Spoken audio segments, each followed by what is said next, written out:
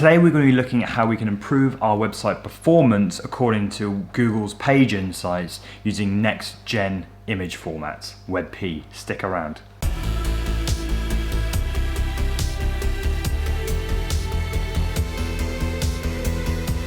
Hello and welcome to today's episode of Webflow and Code, where I teach you the underlying code you're writing in Webflow. If you're new to the channel, then my name's Sam Gregory and I'm a web consultant and I help businesses figure out their web projects from the get-go. I've been a senior developer for over 10 years, so I've got lots of experience writing code and I'm looking to bring that experience and help people who are developing Webflow websites in order to improve their Webflow projects. So I've had a few requests recently from people looking to speed up their website because they're concerned with the Lighthouse reports that Google is giving them. If you don't know what Lighthouse is, you can go to Google Page Insights or web.dev, I'll link some descriptions below, and you can actually run an audit on your website and they'll give you hints and tips about how you can speed up your website. So one of the tips they give you is to optimize your images in next-gen formats.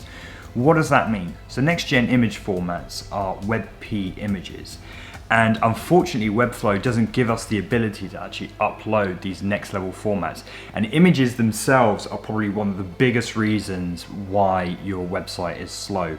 At the very least, I would optimize your images. There's some great image optimizers that you can find online for free. So you should always optimize your images. You should always create them at the size that they need to be. They shouldn't be just ginormous images. These are a great starting point. But really what's going to take your website to the next level, especially in the eyes of Google, which of course will mean SEO, is actually creating your images from WebP formats. So today we're going to go over how we can add WebP format images to our Webflow projects. This is going to be quite an advanced tutorial. So, I'll be taking you through the whole process, but what you're going to need is an AWS account. We can use the free tier, we can be on the free tier, but it will cost you money. We're going to be using something what they call CloudFront. And what that's doing is it's storing your image assets or your website, whatever you point this CloudFront to, it's storing those in different parts of the world. So if someone is accessing your website in Australia, they're being served a version of your website closer to Australia. And in particular, we're going to be using images and assets and we're going to be storing those locally. The other aspect of this is that we want our images to be served in the same domain. One thing that Google doesn't like is your website using images and assets and things like that from all these different domains. It likes as much stuff as possible to be from the same domain, and we can only achieve that using CloudFront. So you're going to have that's why we're going to have to be paying for this service. I think something like 50p or 50 cents a month or something. It's not huge. You're going to need your own domain name, which I'm sure a lot of you have. So buy your domain name from something like Namecheap, which is what I use. I'll leave some links in the descriptions. And yeah, that's all we're going to need. So let's just crack on into it. So the first thing we want to do is convert our images. So there's some free online conversion tools which you can use, and you can upload your images to those. And again, I would suggest you make them the size and the quality that you are happy with. You upload those and then you convert them online and download them as WebP. So what I've got at the moment, I've already done this. I've got two images. One is, so you're going to need the JPEG as the original one for websites that don't support WebP, and you're going to need the WebP version. So you're going to have two images per image, if that makes sense. The next thing you're going to want to do is create, if you log into your AWS account and go to S3, you can click on services and just type S3 in here. And what this is just what they call a bucket, and it will just store assets and files and things like that. You can store whatever you want on them. So what I'm going to do is click create bucket here, and I'm going to name this bucket just for cleanliness and organization. I'm going to name it the URL that I'm going to send these images from. So I'm going to name this assets.webflowandco.com. That's the domain I own. And if we click next, that's all. This is fine, but what we want to do is untick block all public assets. We want these images to be publicly accessible, and it's telling me that there's a problem with that, that I should be aware of the implications of that. I am. It's fine, and so I want to create a bucket. So now, as you can see, I've created a new bucket which I can just dump files in. And now it's just a simple case of getting my WebP image. Let's actually, maybe upload that. Double check that it's grant public access. Just double check that. Upload. I'm just going to rename this.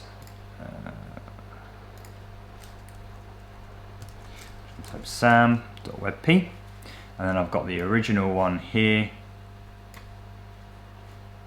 Next, grant public. So we've got some publicly accessible files, and I'm going to rename this one to sam.jpg here. So rename. These haven't been optimized, I will just say. These haven't been sized, I just grabbed the images. So what I can do now is I can actually visit these, and there it is. There's a picture, a lovely picture of me that's publicly accessible. If I just bring down the window here, it's got an ugly URL, but you can see that it's got assets.webflowandco.com. So now that we have our images uploaded to S3, if we click into the image, we can get ourselves a URL that will link directly to our image. So there it is, there's the JPEG one. Go back, and then we get the WebP version. So now in our Webflow project, if we create a new embed element,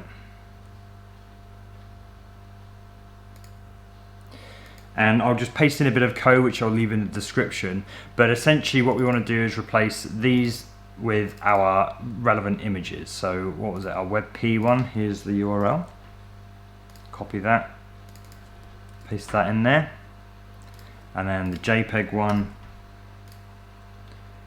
here and here. It's essentially just a fallback mechanism. If we can support WebP, then we should display it here. If we can't, then show the JPEG version, and if the browser doesn't support the source, then it will fall back to the default, the images. So when we click save here, what we see is that there's the image there. We can publish this, and refresh our page. And if we inspect, go to network and just give it another refresh, you can see that the WebP image has been served. And if we were to run this website on, let's say, web.dev,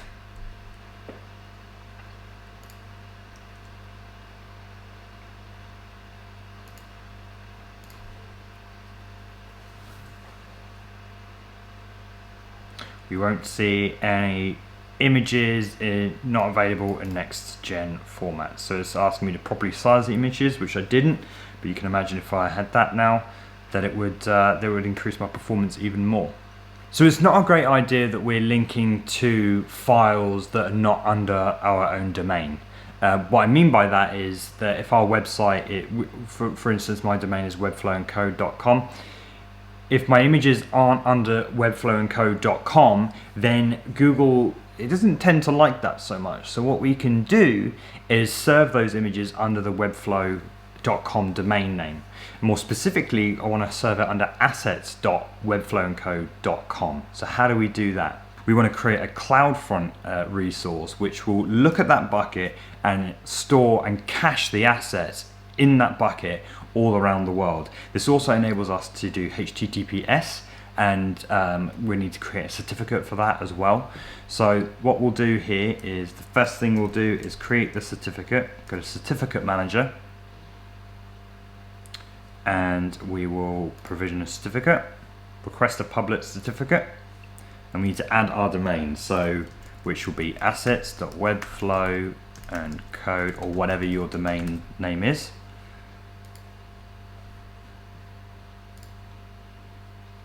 And we can just click review, confirm, and it's going to give us some details that we're going to need to put into our DNS provider. So wherever you bought the domain name from, you're going to copy these and you're going to create a CNAME with these two values. So mine's on domain Namecheap. I'm just going to delete these. I'm just managing the domain here. So we go, add a new record. I want a CNAME record, and then the host will be this, the first value there, and then the value will be, copy that.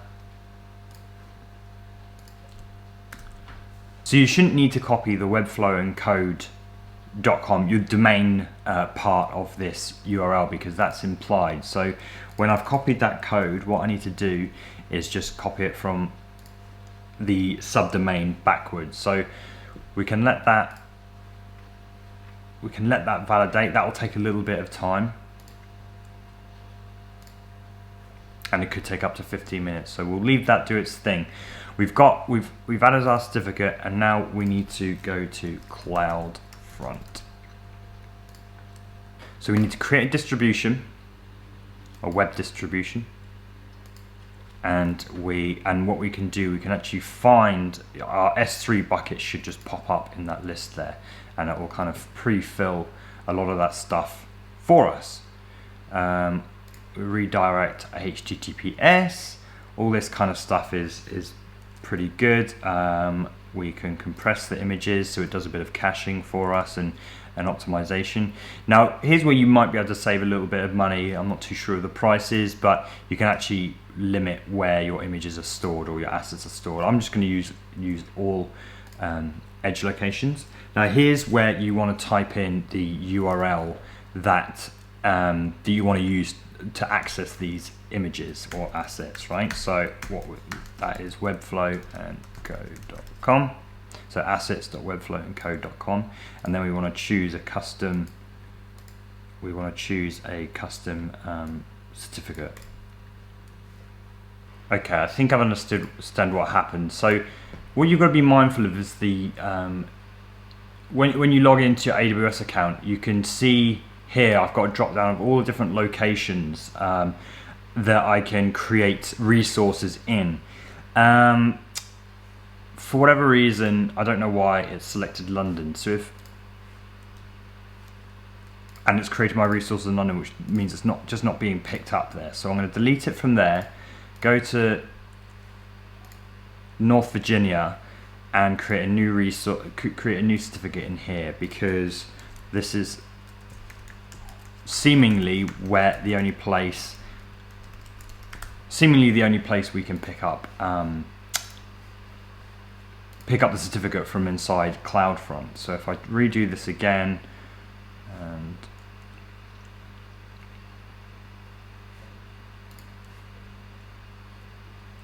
and then get these values again, I believe these might be the same, to be fair, but just in case, let's go back to Namecheap.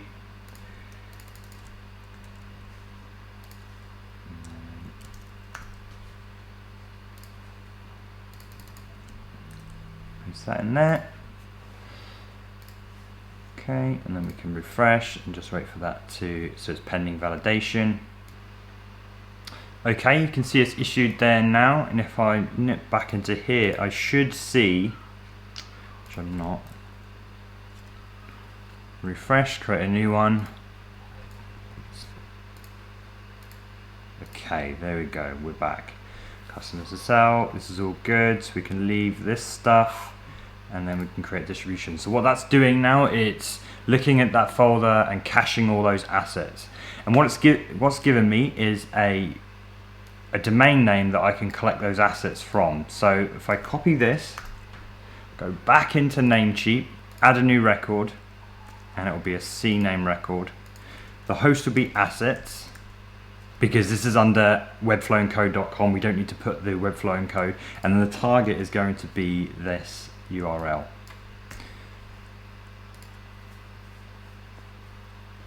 Okay, so I've been going around the houses trying to figure out why this wasn't working, and I figured it out, and as you can see here, we're now loading the assets from the correct URL. So I'm just going to copy that, because we'll update our Webflow project with that. So essentially, you can see things are going on here, but instead of, so when we create an origin, instead of just clicking the S3 bucket as it drops down, what I did, if I go into our origin here, is that I entered, well, basically from here, I copied this URL here and pasted that in. Obviously I removed the /sam.jpg because that's the file, but I kept the S3 origin here as well as the assets webflow.com, and then it automatically split it out to code paths. So essentially you want to replicate exactly what's there, but obviously with your, you know, what might be different is the location there, and obviously the URL or the bucket that you've used. And this seems to have worked, as you can see here. So if we pop back into our Webflow project and edit our URLs now to be WebP,